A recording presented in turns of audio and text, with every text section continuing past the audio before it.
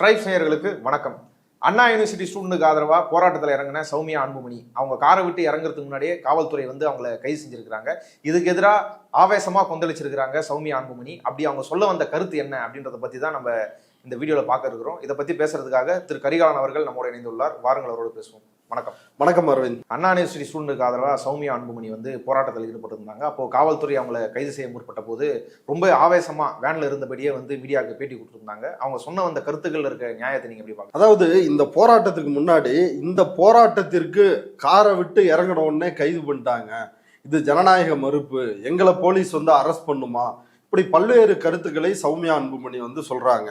ஒரு போராட்டத்திற்கு காவல்துறை கிட்ட அனுமதி வாங்கணும், அனுமதி இல்லாமல் நடத்தப்படுகின்ற போராட்டத்திற்கு உடனடியா காவல்துறை கைது செஞ்சிருவாங்க. குறைந்தபட்சம் அனுமதி கேட்டு 5 நாட்கள், 5 நாளைக்கு முன்னாடியே ஒரு போராட்டத்திற்கு அனுமதி கேட்கணும் காவல்துறை அனுமதியோடனா. அப்படி இல்லை அப்படின்னா நேரடியா நீங்க போராட்டத்துக்கு வந்தா கைது செய்யப்படுவீங்க. நம்பர் 1. நம்பர் 2 என்னன்னா, இந்த போராட்டம் காவல்துறை அனுமதி மறுத்ததனால் இவங்க சென்னை உயர்நீதிமன்றத்தில் பாமக வழக்கறிஞர் பாலு அணுகிறாரு. அதுல நீதிபதி வேல்முருகன் ரொம்ப காட்டமா, இந்த மாணவிக்கு நடந்தது எல்லாரும் வெக்கப்பட வேண்டிய, தலைகுனிய வேண்டிய விஷயம், இதுல ஏன் அரசியல் பண்றீங்க, நாங்க தான் நீதிமன்றம் தானே சிறப்பு புலனாய்வு குழு அமைச்சிருக்குது, நீதிமன்றம் அதை விசாரிக்க சொல்லிருக்குது, இது போக தமிழ்நாடு காவல்துறை விசாரிச்சுட்டு வருது, இப்படி இருக்கும் பொழுது வெறும் வெற்று விளம்பரத்திற்காக இதை அரசியலாக்கி போராட்டத்தை நடத்தாதீங்க அப்படின்னு கடுமையான கண்டனத்தை பாமகவிற்கு நீதிபதி வேல்முருகன் சென்னை உயர்நீதிமன்றத்தில் நேற்று தெரிவிச்சிருந்தார். இது நீதிமன்றத்தில் நடந்தது. இப்படி அனுமதி நீதிமன்றத்தாலும் மறுக்கப்பட்டு விட்டது, காவல்துறையாலும். சரி, காவல்துறை தான் முதலமைச்சர் கட்டுப்பாட்டுல இருக்குது, இன்டென்ஷனோட பண்றாங்க அப்படின்னு வச்சுக்கலாம். நீதிமன்றம் ஏன் அதை பண்ணுது? இவங்களுடைய போராட்டமே வெற்று அரசியல் போராட்டம், விளம்பரத்திற்கான போராட்டம் தான் நீங்க நடத்துறது அப்படின்றத நீதிமன்றமே கண்டிக்கிறாங்க. வெறும் விளம்பரத்துக்காக நீங்க ஏன் பண்றீங்கன்னு. அப்படி இருக்கும் பொழுது இவர்களுக்கு அனுமதி மறுக்கிறாங்க. அப்போ இவங்க போராட்டத்துக்கு வர்றாங்க, கார்ல இருந்துகிட்டே பேட்டி கொடுக்குறாங்க. காரை விட்டு இறங்கியவுடன் போலீஸ் கைது பண்ணுது. பாமக பாலு போலீஸ் இப்படி தோல்ல கைய வச்சுதானே கூப்பிட்டு போவாங்க, கழுத்தை பிடிச்சி சௌமியா அன்புமணியை தள்ளிட்டு போயிட்டாங்க. அது எப்படி தள்ளலாம் அப்படின்னு அவர் ஒரு பக்கம் கொந்தளிக்கிறாரு. ஏன்னா இப்ப ராமதாஸ் குடும்பத்திற்குள் ஒரு மிகப்பெரிய பிரச்சனை போயிட்டு இருக்குது. முகுந்தன் விலகணும் அப்படின்றத ரொம்ப தீவிரமாக அன்புமணி ராமதாஸ் சொன்னாரு. அது ஒரு சமரசத்துக்கு வந்துருச்சு அப்படின்னு எல்லாரும் நினைச்சிருந்தாங்க தைலாபுர தோட்டத்தில் நடந்த பேச்சுவார்த்தையில். ஆனா நேற்று சௌமியா அன்புமணி இங்க போராட்டம் நடத்திட்டு இருக்கிறப்பயே ராமதாஸ் ஒரு பேரலா ஒரு பிரஸ் மீட் வைக்கிறாரு. அந்த பிரஸ் மீட்ல முகுந்தன் தான் இளைஞரணி தலைவர், அவருக்கு நான் அப்பாயின்மெண்ட் லெட்டர் கொடுத்துட்டேன், அந்த முடிவில் எந்த மாற்றமும் இல்லை அப்படின்னு மீண்டும் ஒரு முறை சொல்ல, சௌமியா இந்த போராட்டத்தில் சீன் போட்டு கொண்டு இருக்க, இன்னொரு புறம் அன்புமணி பனையூர்ல தனி ஆபீஸ் போட்டிருக்காருல்ல, அங்க மாவட்ட செயலாளர்களோடு ஆலோசனை நடத்திட்டு இருக்கிறாரு. இப்ப கிட்டத்தட்ட இந்த போராட்டமே என்ன அப்படின்னா, இது ராமதாஸ் குடும்பம் அல்ல, இது அன்புமணி குடும்பத்திற்கான ஒரு கட்சி அப்படின்னு தங்களை முன்னிலைப்படுத்துகின்ற ஒரு நோக்கத்திற்காகவும் 2026 தேர்தலை மையப்படுத்தியும் நேற்று அந்த போராட்டத்தை ஒரு அடையாள போராட்டமா நாங்களும் இருக்கிறோம் அப்படின்னு காட்டிக்கொள்வதற்காக அந்த போராட்டத்தில் அன்புமணியினுடைய மனைவி சௌமியா அன்புமணி ஈடுபட்டு இருக்கிறாங்க. யாரு கேட்டா 1000 ரூபாய், மகளிருக்கு 1000 ரூபாய் தர தேவையில்ல, அவங்கள பாதுகாப்பா இந்த சமூகத்துல வாழ விடுங்க அப்படின்னு சொல்லி ஆக்ரோஷமா பேசுறாங்க. இந்த கருத்தை நீங்க எப்படி பாக்குறீங்க? பெண்களுக்கு பாதுகாப்பு வழங்காத அரசாங்கம் ஒரு அரசாங்கமா? 1000 ரூபாய் யாருக்கு வேணும்? என் பொண்ணுங்களுக்கு பாதுகாப்பு வேணும். 1000 ரூபாய் வேணுமா எங்களுக்கு? எங்க பொண்ணுங்களுக்கு பாதுகாப்பு கொடுங்க. இல்ல, இது ரொம்ப அசிங்கமான ஒரு ஸ்டேட்மெண்ட். எல்லாருமே இந்த கருத்துக்களை பரவலா சொல்றாங்க. இப்ப சீமான் என்ன சொல்றாரு, காலை உணவு திட்டம் அது எதுக்கு, அந்த அளவுக்கு பிச்சைக்காரங்களா மக்களை நீங்க வச்சிருக்கிறீங்க அப்படின்னு காலை உணவு திட்டத்தை அசிங்கப்படுத்தி கேவலப்படுத்தி பேசுறான். இன்னொரு புறம் சௌமியா அன்புமணி 1000 ரூபாய் எதுக்கு, யாரு கேட்டா 1000 ரூபாய், பெண்களுக்கு பாதுகாப்பு இல்ல, 1000 ரூபாய் எதுக்கு கொடுக்குறீங்க அப்படின்னு இன்னொரு பக்கம் இந்த அம்மாவா பேசுது. இந்த 2 கருத்துக்களுமே பொருத்தி பாருங்களேன். பிஜேபி காரங்களும் 1000 ரூபாய் ஏன் கொடுக்குறீங்க, நிர்மலா சீதாராமன் 1000 ரூபாய் பிச்சை அப்படின்றாங்க, குஷ்புவும் 1000 ரூபாய் பிச்சை அப்படின்றாங்க. இப்ப இவங்களோட மென்டாலிட்டி எல்லாம் பாருங்களேன். ஒரு பண்ணையார், ஒரு சாதி ஆதிக்க, ஒரு மதவெறி கண்ணோட்டம் உள்ளவர்கள் தான் மகளிர் மேம்பாட்டிற்கான திட்டங்களை, குழந்தைகள் மேம்பாட்டிற்கான திட்டங்களை கேவலப்படுத்தி பேசுவது இவங்களுடைய சனாதன ஜாதி வெறி புத்தியில் இயல்பாக ஊறி போன ஒன்னா இருக்குது. பெண்களுக்கு 1000 ரூபாய் கொடுக்கறதுக்கும் இந்த பிரச்சனைக்கு என்ன சம்பந்தம் இருக்குது? தமிழ்நாட்டில் இருக்கின்ற பெரும்பாலான மகளிருக்கு மாதம் 1000 ரூபாய் போகுது. இப்ப அனைத்து மகளிருக்கும் 1000 ரூபாய் போறதுக்கு புதிய திட்டத்தை வந்து முதலமைச்சர் தொடங்கி வச்சிருக்கிறாரு. அத உரிமை தொகை அப்படின்ற பேரால கொடுக்குறாங்க. மாணவிகளுக்கும் 1000 ரூபாய் வருது, வீட்டு குடும்ப தலைவிகளுக்கும் 1000 ரூபாய் வருது, மாணவர்களுக்கும் 1000 ரூபாய் வருது.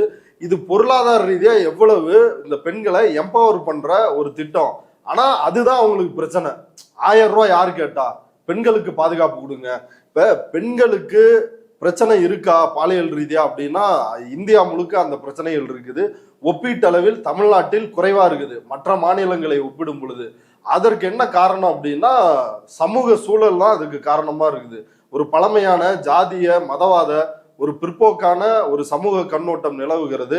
ஒரு ஆணாதிக்க சமூகம் இருக்குது. பெண்களை பற்றி இருக்கின்ற பார்வை, குறிப்பா வந்து திரைப்படங்கள் ஊட்டுகின்ற பெண்கள் மீதான விஷயங்கள், இது எல்லாமே ஒரு ஆணாதிக்க கலாச்சாரத்தை தான் மீண்டும் மீண்டும் வந்து உருவாக்குது. இப்ப அதுல இருந்து தான் ஒரு பாலியல் குற்றம், ஒரு பாலியல் வன்கொடுமை அப்படின்றது நடக்குது. அது ஒரு சமூக ரீதியான ஒரு பிரச்சனை. அப்படி பிரச்சனை நடக்காம தடுக்கணுன்றது அரசுக்கான முக்கிய பொறுப்பு இருக்குது. அந்த பிரச்சனை நடந்தால் உடனடியாக நடவடிக்கை எடுக்க வேண்டிய பொறுப்பும் அரசுக்கு இருக்கிறது. இந்த விவகாரத்துல அண்ணா பல்கலைக்கழக மாணவி விவகாரத்துல உடனடியா குற்றவாளியை கைது செஞ்சிருக்கிறாங்க. புகார் அளித்த 5 மணி நேரத்தில் கைது செஞ்சிருக்கிறாங்க. தொடர்ச்சியா யார் அந்த சார் அப்படின்னு கேட்டாங்க. அதற்கும் நேற்று சிறப்பு புலனாய்வு குழு சொல்லிருச்சு. ஞானசேகரனோட 6 மாத கால் ஹிஸ்டரி, அதை முழுக்க வாட்ஸ்அப் காலு முழுக்க நார்மல் கால்ல இருந்து எல்லாத்தையும் நாங்க வந்து ஆய்வு செய்ய போறோம் அப்படின்னு வந்து தெளிவா சொல்லிட்டாங்க. சொன்ன பிறகும் இவங்க போராடுவதற்கான நோக்கம் என்ன? ஏதாவது அடிப்படை இருக்குதா? ஒண்ணுமே கிடையாது. காரணம் என்னன்னா நாங்களும் இருக்கிறோம் அப்படின்ற ஒரு அட்டென்ஷனை காட்டுறதுக்காக தான் இந்த போராட்டமே ஒழிய, இந்த போராட்டத்தில் யாராவது எதிர்கட்சிகள் அண்ணாமலை தொடங்கி பாமக, சீமான் எல்லாருமே யாராவது ஆளுநருக்கு இதுல இருக்கிற ரோல் என்ன? அவரு பல்கலைக்கழக வேந்தரா இருக்கிறாரு, ஏன் இன்னும் துணை வேந்தரை நியமிக்கல அப்படின்ற ஒரு கேள்வி இருக்குல்ல, அந்த கேள்வியை எழுப்புகிறார்களா? அன்புமணி எழுப்புறாரா? ராமதாஸ் எழுப்புறாரா? சௌமியா எழுப்புனாங்களா? அண்ணாமலை யாராவது எழுப்புனாங்களா? ஒண்ணுமே கிடையாது. அப்ப இவர்கள் வந்து உண்மையான பிரச்சனையை மடமாற்றி ஒரு விளம்பரம் தேடுவதற்கான வேலையை தான் இவங்க செய்யறாங்க. இது ஒரு பக்கம் இருக்கட்டும். இந்த 1000 ரூபாய் திட்டத்தை இந்த அம்மா இழிவுபடுத்தி பேசுவதற்கு முக்கியமான காரணம் ஒண்ணு இருக்குது. இவங்களுடைய வாழ்க்கை முறை ஒரு செல்வ சீமாட்டியாக ஈசிஆர் கடற்கரையில் வந்து பங்களா வீடு, மாடி வீடு, அந்த மாடி வீட்டுல மாடியில வீடே இல்ல மாளிகை தான். ஆமா, அது ஒரு மாளிகை. ஆக்சுவலி இந்த பிளேஸ் எனக்கு ரொம்ப பிடிக்குங்க. ஏன்னா இங்க வந்து டால்பின் வரும். ரியலி தான். அது இவர் பார்க்கும்போது தான் வரும். அதோட கிட்டத்தட்ட இவரோட போன்ல பாத்தீங்கன்னா எப்படியும் ஒரு 20 வீடியோ வந்து வெறும் டால்பின் வீடியோ தான். காலையில முதல் வேலை எனக்கு வந்து எங்க பெட்ரூம்ல இருந்து கடல்ல பாக்குறது. ஃபர்ஸ்ட் ஸ்கிரீனை திறந்தேன்னா கடல்ல தான். எனக்கு வந்து கடல்னா ரொம்ப ரொம்ப பிடிக்கும். Everything about the sea I love. அந்த மாளிகையின் சீமாட்டி தான் இந்த சௌமியா அன்புமணி. அவங்க மாளிகையினுடைய உப்பரிகை, அதாவது அந்த ஃப்ளோர்ல இருந்து பீச் வில்லால இருந்து பார்க்கும் பொழுது அங்க டால்பின் வருதான். அந்த டால்பினை காலையில இருந்துருச்சு வந்து அவங்க கணவர் அன்புமணி வந்து டெய்லியும் பாப்பாராம். அவங்க கண்ணுக்கெல்லாம் வந்து டால்பின் வந்து தெரிய மாட்டேங்குதான் சௌமியாவுக்கு. அன்புமணி எப்ப வராருன்னு டால்பின் வந்து காத்திருக்குது. இப்ப நம்மலாம் டால்பினை வந்து டிவியில தான் பார்த்துருக்கிறோம், இல்ல யூடியூப்ல பாக்குறோம். ஈஸியால டால்பின் இருக்குன்ற விஷயமே நமக்கு தெரியாது. பட் ஆனா அவங்க வந்து அவ்வளவு செல்வ செழிப்பான ஒரு செல்வாக்கான வாழ்க்கை முறையில் வந்து ஒரு பண்ணையாரை போல வாழ்ந்துட்டு இருக்கிறாங்க. அவங்க பொண்ணு கூட சினிமா துறையில ப்ரொடியூசரா இருக்குது. இப்படி இருக்கிற குடும்பத்துக்கு 1000 ரூபாய் பத்தி அதனுடைய தேவையை பற்றி இவர்களுக்கு எப்படி தெரியும்? அப்போ வாய் கொழுப்பு எடுத்துதான் இந்த அம்மா வந்து இப்படி எல்லாம் பேசுது. இது மட்டும் இல்ல, அந்த அம்மாவோட ஆக்டிவிட்டிஸ் எல்லாம் பாருங்களேன். இவரும் அன்புமணியும் வந்து கோயிலுக்கு போறது, துலாபாரத்துல உட்கார்றது, அந்த எடை போடுவாங்களா, எடைக்கு ஈடா பணம் கொடுக்கறது, இந்த மாதிரி காசு போடுறது, அதெல்லாம் வந்து பண்றது. இப்படி கிட்டத்தட்ட ஒரு ஐயர் வாழ்க்கை, ஒரு ஐயர் மாமியினுடைய ஒரு ஐயங்கார் குடும்பம் எப்படி இருக்குமோ அது மாதிரி ஒரு வாழ்க்கை முறையில் இருப்பவர்கள் தான் இந்த அன்புமணி ராமதாஸ் குடும்பத்தாரின் வாழ்க்கை முறை. இவர்களுக்கும் உழைக்கின்ற சாதாரண வன்னியர்களுக்கும் ஏதாவது தொடர்பு இருக்கிறதா? அவங்க காலையில எந்திரிச்சு காடுகரைக்கு வேலைக்கு போலாமா, 100 நாள் வேலைக்கு போலாமா, கொளுத்து வேலைக்கு போலாமா அப்படின்னு போன தலைமுறை இருக்குது. இந்த தலைமுறைக்காரர்கள் முதல் தலைமுறையாக படிக்க ஆரம்பித்திருக்கிறார்கள். இப்படி ஒரு நிலைமையில தான் இந்த வன்னியர்கள் இருக்கிறாங்க. இவர்களை காட்டி தான் பாருங்கள் ஊமை ஜனங்கள், பாருங்கள் ஊமை ஜனங்கள் அப்படின்னு அவங்கள வந்து உறிஞ்சு அட்டைப்பூச்சியாக இவர்கள் இப்படி கொளுத்திருக்கிறாங்க. ஒரு புறம் அவங்கள்ட்ட வந்து பாருங்க உங்களுக்கு எல்லாம் கல்வியை தரேன் அப்படின்னு வன்னியர் அறக்கட்டளைக்காக அவங்களோட பணத்தை பிடிங்கிறது.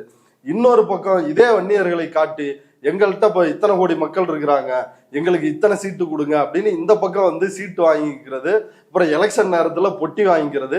இப்படி செல்வ செழிப்பாக இருந்து கொண்டு இப்ப அவங்களுக்கும் யோசிச்சு பாருங்களேன், அன்புமணியவோ அவங்க மனைவியவோ அந்த குடும்பத்திலேயே அந்த 3 பொண்ணுங்களையோ இவங்கெல்லாம் பார்த்தா இவங்கெல்லாம் வன்னியருக்கும் இவங்களுக்கும் ஏதாவது சம்பந்தம் இருக்குதா? அவன் காடு கரையில கஷ்டப்பட்டுக்கிட்டு கருப்பா வந்து வெயில்ல வந்து ஓடா தேஞ்சு போய் இருக்கிற வன்னியர்கள் ஒரு புறம், நல்ல செல்வ செழிப்பாக ஐயங்கார் வாழ்க்கையில் ஒரு மாமியை போல வாழுகின்ற இவர்களுடைய வாழ்க்கை எப்படி இருக்கிறது? அப்ப இப்படி ஒரு வாழ்க்கையை நடத்துபவர்கள் 1000 ரூபாய் திட்டத்தை இப்படித்தான் பார்ப்பார்கள். 1000 ரூபாய் ஒரு பணமா அப்படின்னு வந்து கேக்குறாங்க. இப்ப எலெக்ஷன் நேரத்துல இங்கேயும் அங்கேயும் மாறி மாறி வந்து சூட்கேஸா வாங்கி குவிக்கிறவங்களுக்கு வந்து 1000 ரூபாலாம் ஒரு பெரிய விஷயமா என்ன? அவர்கள் பார்வையில் அப்படித்தான் இருக்கும்.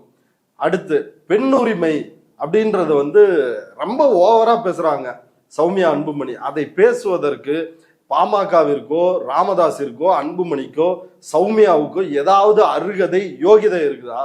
ஒரு இளவும் கிடையாது இவங்களுக்கு. இவங்க தர்மபுரியில் இளவரசன் திவ்யா பட்டியல் சமூகத்து இளைஞனும் வன்னியர் சமூகத்து பெண்ணும் வந்து காதலிச்சு திருமணம் பண்றாங்க. அதை மிகப்பெரிய அரசியலாக்கி 2 சமூகங்களுக்கு இடையிலான பிரச்சனையாக்கி 2 கிராமங்களை வந்து தீக்கிரையாக்கி மிகப்பெரிய கலவரத்தை வந்து நடத்தினார்கள். அவர்களுடைய குடிசைகளை எல்லாத்தையும் எரிச்சாங்க. அவ்வளவு பிரச்சனை பண்ணாங்க. அப்ப ராமதாஸ் சொன்ன ஸ்டேட்மெண்ட் என்ன தெரியுங்களா? டிஷர்ட்டும் கூலிங் கிளாஸும் ஜீன்ஸ் பேண்ட்டும் போட்டு வந்து நம்ம வீட்டு பெண்களை லவ் பண்ணி ஏமாத்துறானுங்க, நாடக காதல் வந்து பண்றாங்க அப்படின்னாங்க. இப்ப டிஷர்ட்டு கூலிங் கிளாஸு ஜீன்ஸு இதை போட்டு வந்தா வன்னியர் பெண்களை வந்து மயங்கி வந்துருவாங்களா? அப்ப இவர்கள் தன் சமூகத்து பெண்களை பற்றியே இவர்களுக்கு என்ன கண்ணோட்டம் இருக்கிறது? இது ஒரு சாதிய ஆணாதிக்க கண்ணோட்டம் தானே, இதுல வேற என்ன இருக்குது? அப்ப தன் சமூகத்து பெண்களையே இழிவாக பார்க்கின்ற ஒரு அயோக்கியத்தனமான பார்வைதான் இந்த ராமதாஸ் குடும்பத்திற்கு இருக்கிறது. அப்ப இந்த குடும்பத்தில் இருந்து யாருக்குமே பெண் உரிமை அப்படின்னு பேசுவதற்கு எந்த அருகதையுமே கிடையாது. இந்த நாடக காதல் அப்படின்ற ஒரு பிரச்சனையை மையப்படுத்தி தமிழ்நாடு முழுவதும் அன்றைக்கு கலவரத்தை தூண்ட முயற்சித்தார்கள். எப்படி பாஜக வந்து லவ் ஜிகாத் அப்படின்னு போலியான ஒரு அரசியல், இந்து பெண்களை இஸ்லாமிய இளைஞர்கள் லவ் பண்ணி மதம் மாத்தி அவங்கள வந்து தீவிரவாதியா மாத்துறாங்க அப்படின்ற ஒரு அரசியலை, ஒரு போலியான அரசியலை இந்தியா முழுக்க கட்டமைக்கிறாங்க. தமிழ்நாட்டில் அதற்கு முன்னோடியாக பாமக நாடக காதல் அப்படின்னு ஒண்ணு பண்ணாங்க. இது எவ்வளவு அயோக்கியத்தனமான அரசியல். அடுத்து மிக முக்கியமான பிரச்சனை, இவர்களுடைய திண்டிவனம் தைலாபுரம் தோட்டம் இருக்குது இல்ல, அங்க இருந்து பக்கத்துலதான் பிரேமதேச காவல் நிலையம் இருக்குது. அந்த காவல் நிலையத்திற்கு உட்பட்ட ஊர் தான் தென் நெற்குணம் அப்படின்ற ஒரு ஊர். அந்த ஊர்ல வன்னியர்கள் தான் இருக்கிறாங்க. அதுல ஒரு 9 வயது சிறுமிக்கும் ஒரு 7 வயது சிறுமிக்கும் பாலியல் வன்கொடுமை நடக்குது. சொந்த ரத்த உறவுகளே கிட்டத்தட்ட 14 பேர், மாமா, சின்ன தாத்தா, பெரியப்பா இப்படின்னு ஒரு 14 பேர் வந்து தொடர்ச்சியாக பாலியல் வன்கொடுமை வந்து அந்த 2 குழந்தைகளுக்கு சிறுமிகளுக்கு பண்றாங்க. சாக்லேட் வாங்கி கொடுக்குறேன், முட்டாய் வாங்கி கொடுக்குறேன் அப்படின்னு அந்த குழந்தைங்களுக்கு, பச்சை குழந்தைங்களுக்கு என்ன தெரியும், ரேப் பண்றானுங்க. அது சம்பந்தமா புகார் கொடுக்கப்பட்டு குற்றவாளிகள் வந்து கைது செய்யப்படுறாங்க. அந்த குற்றவாளிகளுக்கு ஆதரவாக கீழ் கோர்ட்ல வந்து வாதாடினது யாரு தெரியுங்களா? பாமகவை சார்ந்த வழக்கறிஞர் சிவகுமார். நீதிமன்றத்தில் வாதாடுவதும் பாமக. நீதிமன்றத்துக்கு வெளியே போய் கன்வின்ஸ் பண்றாங்க இந்த கேஸை வந்து வாபஸ் வாங்குங்க அப்படின்னு. ஆமா, கட்ட பஞ்சாயத்து வந்து பண்றாங்க. அந்த பாதிக்கப்பட்ட அந்த தாயவே வந்து அந்நியப்படுத்துறாங்க. ஊரே சேர்ந்து அவங்கள வந்து புறக்கணிக்க வைக்கிறாங்க. அந்த 7 வயது சிறுமி அவங்க வந்து இப்படி தொடர்ந்து ரேப் பண்ணப்பட்டதுனால உயிரிழந்து போறாங்க. இந்த ஒரே ஒரு பெண் மட்டும்தான் இருக்கிறாங்க. அவங்க அம்மா அந்த சின்ன பொண்ணு இறந்ததுனால இன்னும் ஸ்ட்ராங் ஆகி இவர்களுக்கு தண்டனை பெற்றுத்தர வேண்டும் அப்படின்னு உறுதியோட இருக்கிறாங்க. அந்த வழக்குல நீதிமன்றத்துல எந்த டைம்ல ரேப் பண்ணாங்க, உங்களை எந்த இடத்துல தொட்டாங்க, எத்தனை மணிக்கு வந்தாங்க இப்படின்னு பச்சை குழந்தைகளை வந்து நீதிமன்றத்தில் கேள்விகளால் இவனுங்க வந்து நோகடிச்சிருக்கிறாங்க. பாமக வழக்கறிஞர் சிவகுமார். இது எவ்வளவு பெரிய அயோக்கியத்தனம். இது மட்டும் கிடையாது, அந்த ஊர்ல கட்ட பஞ்சாயத்து பண்ணி அந்த குடும்பத்தாரை வந்து மிரட்டி அந்த பொண்ணோட அந்த குழந்தைகளோட சொந்த தாத்தா பாட்டி அவங்க பிறல் சாட்சியா மாறுறாங்க. சொந்த தாத்தா பாட்டியும் அந்த குழந்தைகளின் தாய் மாமனும் பிறல் சாட்சியா மாறுறாங்க அப்படின்னா யோசிச்சு பாருங்க. சொந்த தாத்தா பாட்டியே வந்து சாட்சி சொல்லாம அந்த சாட்சியை மாத்தி பேசுறாங்க, ஒரு போலி பொய் சாட்சியமாக மாறுகிறார்கள் என்றால் இந்த பாமகவினர் அங்க எந்த அளவுக்கு வேலை செஞ்சிருப்பான்னு யோசிச்சு பாருங்க. அப்ப வன்னியர் சமூகத்து பெண்களை ஜீன்ஸ் பேண்ட் டிஷர்ட் போட்டு வந்தா வந்து லவ் பண்ணிடுவாங்க அப்படின்னு அந்த பெண்களை நீ இழிவுபடுத்தி பேசுற. இன்னொரு புறம் இப்படி பச்சை குழந்தைங்களை உன் ஜாதிக்காரன் தான் இந்த அயோக்கியர்கள் பாலியல் பொறுக்கிகள் வந்து அவங்கள ரேப் பண்ணிருக்கிறாங்க. அந்த விவகாரத்துல உன்னோட ரோல் என்னவா இருக்குது? இப்படியெல்லாம் கேடுகட்ட கேவலமா நடந்துகிட்டு பெண்கள் பாதுகாப்பு, இங்க பெண்களுக்கு பிரச்சனை, அங்க பெண்களுக்கு பிரச்சனை, அதுக்கு ஏதாவது யோகிதை இருக்குதா? சாதிய கட்டமைப்பிற்கும் மதம் என்கின்ற இந்த கட்டமைப்பிற்கும் முதல் டார்கெட்டே வந்து பெண்கள் தான். எந்த உரிமையுமே பெண்ணுக்கு இருக்கக்கூடாது. பெண்ணை பொறுத்தவரை அவங்க ஒரு பாலியல் பண்டாங்கள் தான், பிள்ளை பிறக்கும் எந்திரம் தான். அவங்க வந்து சிறுமியாக இருந்தாலும் சரி, 60 வயசு பாட்டியா இருந்தாலும் சரி, எல்லாருக்கும் பாலியல் வன்கொடுமை செய்யணும். அவங்கெல்லாம் பாலியலுக்கு அவங்க ஆண்களின் பாலியல் தேவைக்கான ஒரு பொருள் தான் அப்படின்றத போதிக்கிறது தான் இந்த சனாதன தர்மம். அந்த சிந்தனையை முழுக்க வச்சுக்கிட்டு அதை கட்சி கொள்கையாவே வச்சுக்கிட்டு வெக்கமே இல்லாம வந்து பெண்களுக்காக இந்த அம்மா போராட வர்றேன்னு சொல்லுது. இது எவ்வளவு திமிரு! வாய் கொழுப்பு எடுத்து போய் 1000 ரூபாய் யாருக்கு வேணும்? 1000 ரூபாய் எதுக்கு? என் பெண்களுக்கு பாதுகாப்பு இல்லை. தர்மபுரியில நாடக காதல்னு ஒரு அரசியலை கிளப்பி இன்னைக்கு அந்த திவ்யா இளவரசன் வந்து கொண்டுட்டாங்க. அந்த திவ்யான்ற அந்த பொண்ணு அதனோட வாழ்க்கையே முடிஞ்சிருச்சு. இவங்க அந்த பிரச்சனையை வச்சு எம்பி ஆயிட்டாரு அன்னைக்கு அன்புமணி. ஆனா அந்த பெண்ணோட வாழ்க்கை இன்றைக்கு பரிதாபத்திற்குரிய நிலைமையில இருக்குது. இப்ப அன்னைக்கெல்லாம் வந்து இந்த சௌமியா எங்க போனாங்க? இந்த பெண்ணுரிமை போராளி அவங்க மாமனாரை போய் தட்டி கேட்டிருக்கலாமே. ஏன் நீ வன்னியர் சமூகத்து பெண்களை இழிவுபடுத்துற? ஜீன்ஸ் பேண்ட் டிஷர்ட் போட்டு வந்தா நம்ம சமூகத்து பெண்கள் வந்து பட்டியல் சமூகத்து இளைஞர்களை வந்து காதலிச்சிருவாங்க அப்படின்னு ஒரு போலியான அரசியலை ஏன் கட்டமைக்கிற? காதல்ன்றது 2 உயிர்களுக்கு இடைப்பட்ட விஷயம் தானே, அதில் நீ ஏன் தலையிடுற அப்படின்னு கேட்டிருக்கணுமா இல்லையா? அதற்கு எந்த யோகிதையும் இல்லாம இன்னைக்கு திடீர்னு கிளம்பி வந்து ஏதோ பெண்ணுரிமை போராளி மாதிரி மைக்க பிடிச்சுக்கிட்டு இந்த அம்மாவே பேட்டி கொடுத்துருக்குது. இப்போ உங்க பொண்ணுங்களுக்கெல்லாம் நீங்க வந்து லவ் பண்றதுக்கான அனுமதி கொடுத்துருக்கிறீங்களா அப்படின்னு ஒரு பழைய பேட்டி. ஐயோ, நான் சின்ன வயசுல இருந்தே சொல்லி வளர்த்துருக்கிறேன், லவ் எல்லாம் பண்ணக்கூடாது அப்படிங்குது. இதுக்கு பேர் பெண் உரிமையா? பெண்ணுக்கு தான் எதை படிக்க வேண்டும், தான் எதை உடுத்த வேண்டும், தான் என்னவாக இந்த சமூகத்தில் வாழ வேண்டும், தான் என்ன வேலைக்கு போக வேண்டும், தான் வந்து யாரை திருமணம் பண்ண வேண்டும் அப்படின்ற ஒரு உரிமை வந்து அரசியலமைப்பு சட்டத்தால் இருக்கிறது. இந்த சமூகத்திற்காக பாடுபட்ட அம்பேத்கரும் பெரியாரும் அதைத்தான் வந்து விரும்பினாங்க. ஆனா இவங்க அம்பேத்கருக்கு சிலை வச்சிருக்கிறோம், காரல் மார்க்ஸுக்கு சிலை வச்சிருக்கிறோம், பெரியாருக்கு சிலை வச்சிருக்கிறோம், எங்க தோட்டத்திலே வச்சிருக்கிறோம், இவங்க தான் எங்களுடைய கொள்கை ஆசான்கள் அப்படின்னு வந்து சொல்லுவானுங்க வாய் நிறைய. ஆனா இவனுக்கு என்ன அரசியல் பண்றானுங்க? பெண்களை அடிமையாக்குன்ற அரசியல். தன்னுடைய குடும்பத்துல இருக்கிற பெண்களுக்கும் அதுதான், வன்னியர் சமூகத்து பெண்களுக்கும் அதுதான் இவர்களுடைய அரசியலாக இருக்கிறது. உண்மை இப்படி இருக்கும் பொழுது பெண் உரிமையை பற்றி பேசுவதற்கு பாமகவினருக்கோ அன்புமணிக்கோ சௌமியாவுக்கோ ராமதாஸுக்கோ எந்த யோகிதையும் கிடையாது. இதே சௌமியா அன்புமணி இதுக்கு முன்னாடி எவ்வளவு பிரச்சனை நடக்குது. இவங்க பாஜக கூட்டணியில இருக்கிறாங்க. மணிப்பூரில் ஒரு பெண்ணை நிர்வாணமாக பரேடு நடத்தினானுங்க இந்த பாஜக சங்கிகள். அன்றைக்கு சௌமியா அன்புமணி கொந்தளித்தாரா? பில்கிஸ் பானுவை வன்கொடுமை செய்த அந்த குற்றவாளிகளை விடுதலை செய்தது ஒன்றிய அரசு, அன்றைக்கு கொந்தளித்தாரா? ஆசிஃபாவுக்காக கொந்தளித்தாரா? எந்த பிரச்சனைக்கு சௌமியா அன்புமணி வீதியில் இறங்கி போராடினாங்க? அன்னைக்கெல்லாம் என்ன சௌமியா ஊமையா இருந்தாங்களா? திமுக ஆட்சியில் ஒரு பிரச்சனை வந்த உடனே அவங்களுக்கு வந்து பேச்சு வந்து போராட்டத்துல இறங்கிட்டாங்களா? இந்த போராட்டத்தில் எந்த நியாயமும் கிடையாது. இதுவும் முழுக்க விளம்பரத்திற்காக நடத்தப்பட்ட போராட்டம் தான். இவ்வளவு நேரம் இந்த செய்தி குறித்து உங்க கருத்துக்களை பகிர்ந்து கொண்டதுக்கு நன்றி.